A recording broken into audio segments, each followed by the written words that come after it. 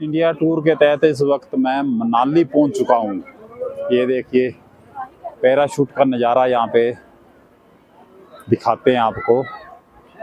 ये मनाली का एक टूरिस्ट पॉइंट है। ये देखिए यहाँ पे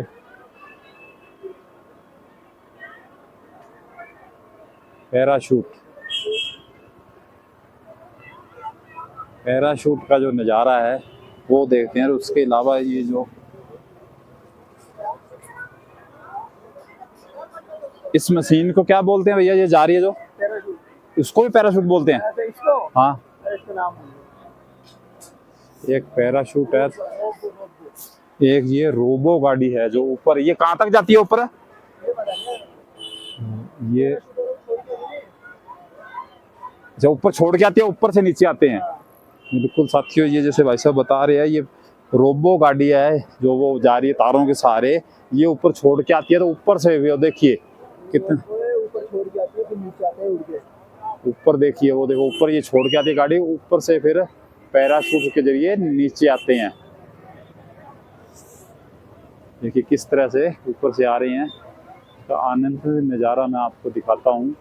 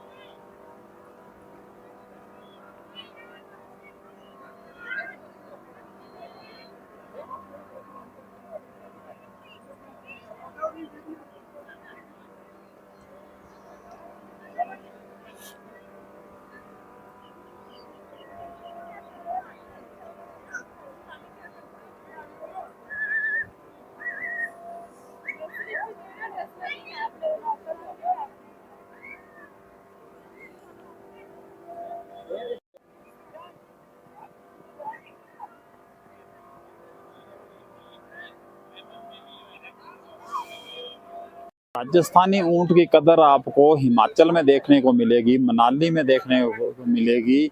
ये राजस्थान से भाई साहब आए हैं, इन्होंने यहाँ पे ऊंट को सजा के रखा हुआ है और 200 रुपये पर पर्सन लेते हैं और ऊंट पे राइड करवाते हैं। क्योंकि यहाँ के लोगों ने, जिसने ऊंट नहीं देखा है, क्योंकि ये रेगिस्तान का जहाज है, जिन्होंने नहीं देखा है वो इससे इस ऊंट पे भी शौकीन से जो राइड करते हैं। और इसका 200 रुपये ये चार्ज लेते हैं। कुछ और भी जानवर हैं, वो भी मैं आपको दिखाता हूँ। उस पर भी सब ये बच्चे हैं या बड़े हैं, इस पे राइड करते हैं। अलग अलग प्रकार के ये जानवर यहाँ पे खड़े हुए हैं। लेकिन एक महत्वपूर्ण चीज़ जो है, हमें अपने राजस्थान का जो जहाज देखने को मिला, वो मेरे को बड़ा अच्छा लगा। तो भाई साहब से थोड़ी बातचीत भी करने का प्रयास करेंगे। यहाँ पे अभी एक ये बैलून है, इसको उड़ाते हैं, कैसे चलाते हैं इसको वो थोड़ा देखते हैं। इसमें किस तरह से प्रेशराइज इसको किया गया है, किस तरह से इसको डिजाइन किया गया है और कैसे ये उड़ता है। काफ़ी मुश्किल काम है, लेकिन फिर भी इसको करते हैं ये, क्योंकि रोजी रोटी है तो करना पड़ता है। थोड़ा इसको देखते हैं और समझते हैं कैसे ये उड़ान भरेगा। अभी थोड़ा इसको तैयार कर रहा है वो, तो इसकी ऊंचाई भी थोड़ी सी मैं दिखाता हूँ आपको। काफ़ी बड़ा है, इसमें हवा भर के इसको तैयार किया गया है। ये भी मनाली का एक टूरिस्ट पॉइंट है, और भी बहुत से हैं। उधर भी अगर आप देखेंगे तो उधर भी आपको दिखाई देगा, उधर सामने भी आपको दिखाई देगा। ये जो चीज़ें हैं, ये मनाली की खूबसूरती में चार चांद लगाती हैं। ये जो चीज़ें हैं ये मनाली की खूबसूरती में चार चांद लगाती हैं। देखो आपको चारों तरफ जो है हरियाली ही हरियाली दिखाई देगी, हरियाली ही हरियाली रहेगी। लेकिन ये जो चीज़ें हैं ये और भी, जो उस पर मनाली लिखा हुआ है, जो सामने वाला बैलून है उस पर जो मनाली लिखा हुआ दिखाई दे रहा है। अभी इसको ये प्रेशराइज कर रहे हैं, उसके बाद इसको उड़ाया जाएगा। हालांकि प्रेशर इसमें ऑलरेडी काफ़ी है, इसको कुछ लोग पकड़ के रखते हैं, फिर ये नीचे रहता है, नहीं तो इसको नीचे रखना ही मुश्किल है।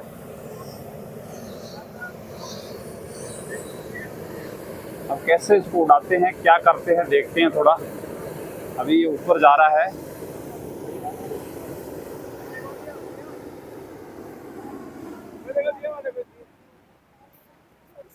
अभी धीरे धीरे ऊपर जा रहा है ये। वैसे इसको क्या बोलते हैं, कैसे उड़ाते हैं, थोड़ी जानकारी देंगे? क्या बोलते हैं? ये माइक ले लीजिए। इसको कंट्रोल कैसे,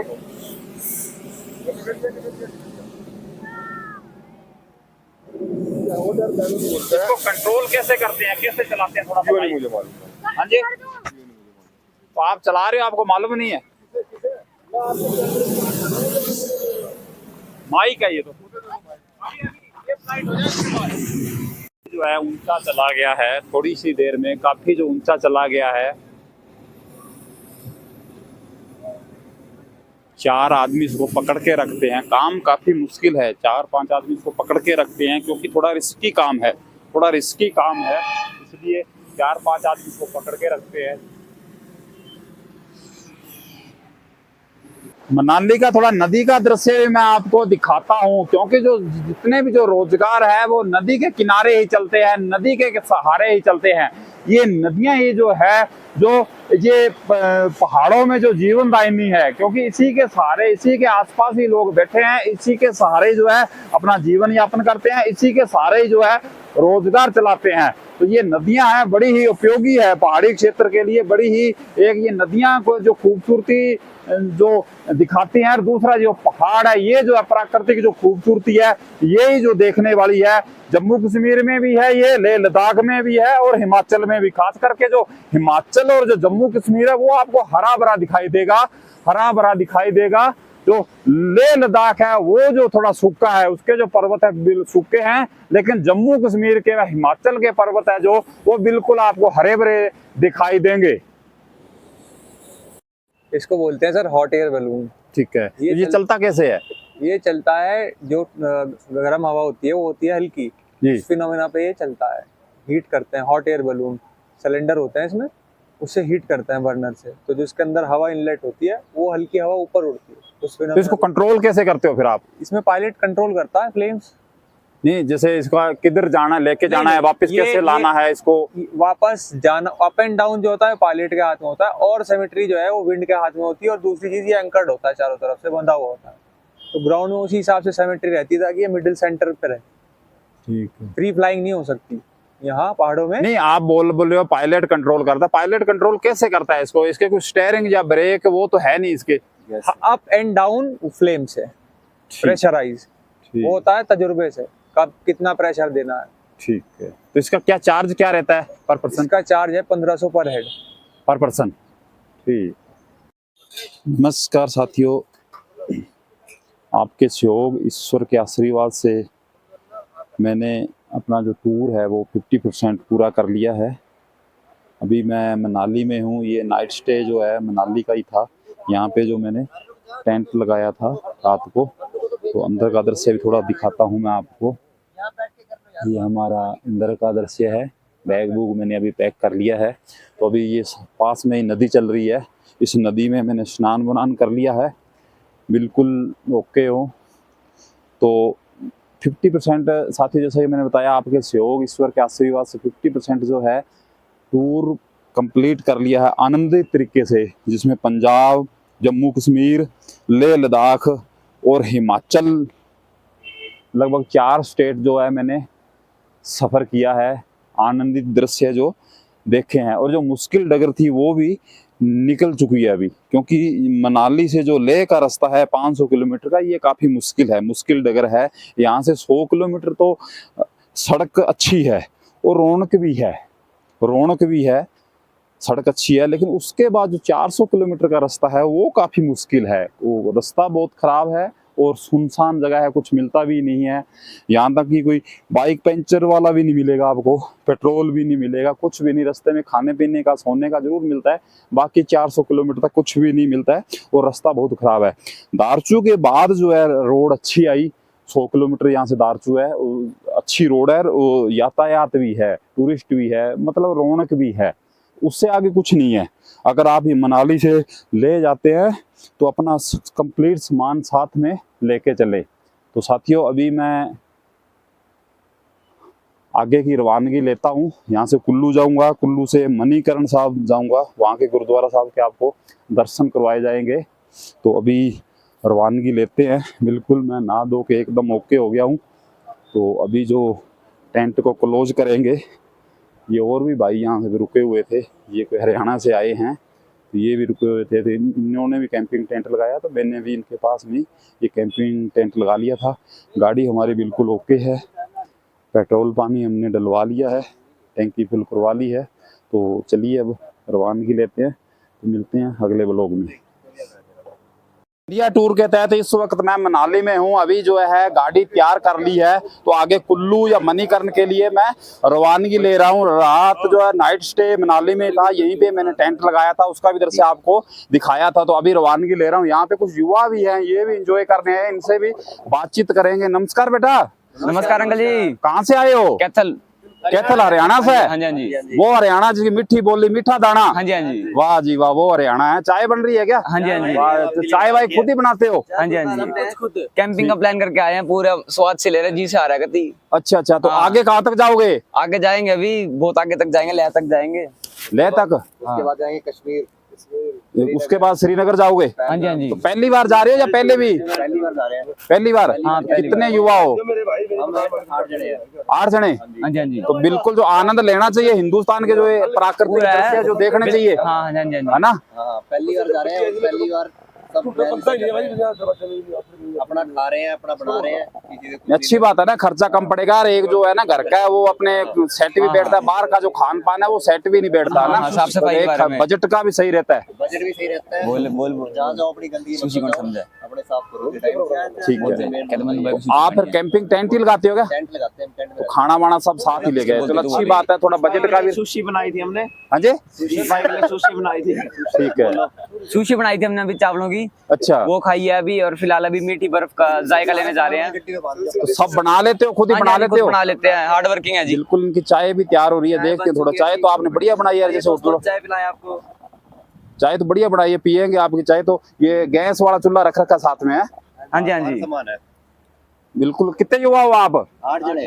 8 जने? हाँ जी। तो ये गाड़ी आपकी है क्या? हाँ जी हाँ जी। तो सारा आपने तो यार चेयर चूर भी ले रखी है साथ में, बड़ा टेबल भी है? टेंट अरे वाह, क्या टेंट बात वगैरह है। भी लेके टेबल आए भी, हैं। चेयर भी, पूरे मजे लेके जाओगे? पूरे मजे आनंद से बिल्कुल। घर बना लिया हमने। ये हाँ जी। घर है एक तरह का। तो कितने दिन का टूर है आपका? हमारा 10-12 दिन का टूर है। 10-12 दिन का? तो महीने का लगाओ कम से कम। 1 महीना रहो ठंडे इलाके में, है ना? क्या बता, महीना भी लग जाए। हाँ जी, लग गया। तो मैं भी 1 महीना लगा के जा रहा हूँ पूरा, क्या बात है। अकेला ही हूँ साथ में मैं। कब से डाल रहे? अनूपगढ़ राजस्थान से। अनूपगढ़ से। हाँ जी। क्या बात है, आप भी राजस्थान से पूरी? हाँ हाँ बिल्कुल। साथियों, इनकी गाड़ी भी थोड़ी दिखाते हैं। ये खुद की गाड़ी है, इन्होंने पूरा सामान जो है साथ में, चेयर और टेबल तक भी इन्होंने साथ जो है ले रखा है। बिल्कुल जो है जन चेतना आपसे भी अपील करता है कि ये जो जिंदगी का आनंद लेना चाहिए, और जो हिंदुस्तान की जो प्राकृतिक जो ये सौंदर्यीकरण है, जो सौंदर्यीकरण, जो विदेशों से नागरिक आते हैं, विदेशों से लाखों रुपए खर्च करके जो विदेशी नागरिक आते हैं, लेकिन हम तो सौभाग्य है कि हम तो हिंदुस्तान के नागरिक है। हमें जो ये प्राकृतिक दृश्य है जो जरूर देखने चाहिए। देखिए, पहाड़ों का दृश्य है, नदियों का दृश्य है। बिल्कुल जो है नदी के किनारे हम रुके हुए हैं, क्योंकि नदी ही है, ये नदी के जो किनारे ही ये जो गांव बसे हुए हैं, शहर बसे हुए हैं, सब जो रोजगार है वो नदी के किनारे ही चलता है, नदियों से ही चलता है। तो सब लोग जो है नदी के सहारे ही बैठे हैं, नदी के किनारे ही बैठे हैं। इंडिया टूर के तहत इस वक्त मैं मनाली में मौजूद हूँ। यहाँ के मौसम की बात करें तो अभी लगभग 11 बजे हैं, तो गर्मी है लगभग 25-30 के लगभग जो है टेम्परेचर रहेगा। मैंने चेक तो नहीं किया, लेकिन गर्मी है। रात को हल्की फुल्की ठंड होती है, दिन में यहाँ पे ठंड बिल्कुल नहीं होती, गर्मी होती है, ज़्यादा तो नहीं होती लेकिन है, गर्म मौसम है। अभी रात को हल्की फुल्की ठंड होती है। यहाँ पे टूरिस्ट ज़्यादा आना क्यों पसंद करते हैं? क्योंकि यहाँ पे जो है ठंड नहीं है ज़्यादा, जो रात को जो ठंड होती है वो सहनीय ठंड है, हल्की फुल्की ठंड होती है, वो आम आदमी या हमारे राजस्थानी है वो सहन कर सकते हैं। जब यहाँ से आगे निकलते हैं, टनल पास करते हैं, अटल टनल पास करते हैं, उसके बाद जो है ठंड इतनी भयंकर शुरू हो जाती है कि हम उसको सहन ही नहीं कर पाते। रोहतांग पास क्रॉस करने के बाद जो है भयंकर ठंड होती है, वो हम लोग सहन नहीं कर पाते। सरसू में बहुत ठंड थी, आगे ले में बहुत ठंड है क्योंकि ऊंचे पहाड़ है, ठंडक पहाड़ है। लेकिन मनाली तक इतनी ठंड नहीं है जो हम सहन कर सकते हैं, हल्की फुल्की ठंड है। इसलिए जो ज़्यादा टूरिस्ट है वो मनाली, कुल्लू मनाली आना पसंद करते हैं, क्योंकि यहाँ पे ठंडा इलाका है, ठंड नहीं है लेकिन थोड़ा ठंडा इलाका है क्योंकि गर्मी कम है। तो यहाँ पे अगर आप कुल्लू से मनाली जाते हैं तो रास्ते में आपको जगह जगह ये पैराशूट के काउंटर मिलेंगे। पूरी रोड पे जो है आगे तक जो है पैराशूट के काउंटर लगे हुए हैं। उसके बाद जो है बैलून के जो काउंटर लगे हुए हैं, काफी जो काउंटर है ये सामने आपको दिखाई दे रहा होगा, ये पैराशूट के काउंटर है। ऊपर पैराशूट उधर सामने बताया जा रहा है, वो उड़ रहे हैं ऊपर, काफी ऊंचाई तक ये जो पैराशूट है ये उड़ाते हैं।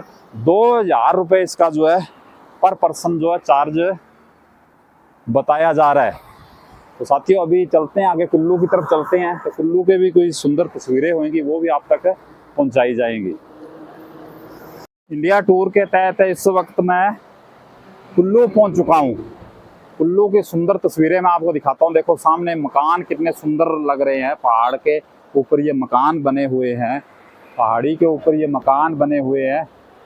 तो ये जो नीचे जो रास्ता जा रहा है ये कुल्लू को जाता है, नीचे से ये रास्ता जो जाता है वो कुल्लू को जाता है, और ये आगे जो है मणिकर्ण साहब को जाएगा, चंडीगढ़ को जाता है। और ये जो आगे से वो बोर्ड लगा वहां से घूम के नीचे ये कुल्लू को जा रहा है। वो पुल से भी जा सकते हैं आप, इधर से भी जा सकते हैं। और ये जो आगे सीधा रास्ता जाएगा ये आगे चंडीगढ़ को, दिल्ली को जाता है, मणिकर्ण साहब को जाएगा, और ये इधर जो है शिमला को जाता है। तो ये थोड़ा सा सुंदर दृश्य है कुल्लू का, मैं आपको थोड़ा दिखाता हूँ। देखो नदी का नज़ारा भी है, नदी के किनारे ये जो शहर बसे हुए हैं लगभग सारे ही। तो आगे तक मकान देखो कितने सुंदर पहाड़ी पे बने हुए हैं, जो बड़ी सुंदरता जो है इन मकानों की दिखाई दे रही है। तो साथियों चलते हैं अभी आगे के भी दृश्य आपको दिखाएंगे। तो आपसे अपील है कि इस वीडियो को ज़्यादा से ज़्यादा शेयर कर दें ताकि ये सुंदर तस्वीरें हैं आपके दोस्तों तक भी पहुंच सकें। ये साथियों यहाँ पे एक चौक आया है, तो ये बता रहा है कि अगर आपको मणिकर्ण साहब जाना है तो इस तरफ जाइए, ये संकेत दे रहा है। अगर आपको मंडी व चंडीगढ़ जाना है तो सीधा जाइए, वो सामने सीधी रोड जा रही है। उसके बाद ये बता रहा है कि पुंतर आपको जाना है तो इस तरफ जाइए, ये जो रोड जा रही है, क्योंकि ये चौराहा है। ये थोड़ा सा मैं और इसका दृश्य दिखाता हूँ। ये सामने जो सीधी रोड जा रही है चंडीगढ़ को जा रही है, ये मणिकर्ण साहब को जा रही है, ये पुंतर को जा रही है, और ये जो है मनाली को जा रही है।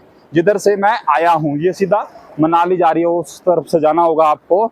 तो ये जो चुरस्ता है बड़ा ही सुंदर चुरस्ता है, तो इसका जो सीन है वो मैं आपको दिखा रहा हूँ क्योंकि मेरे को अच्छा बड़ा लगा, बहुत ही सुंदर लगा ये। क्योंकि हर चौराहे की तो मैं वीडियो नहीं बना सकता, इतना समय नहीं रहता, लेकिन फिर भी प्रयास करता हूँ कि ज़्यादा से ज़्यादा जो है जानकारी वो आप तक पहुँचाई जाए।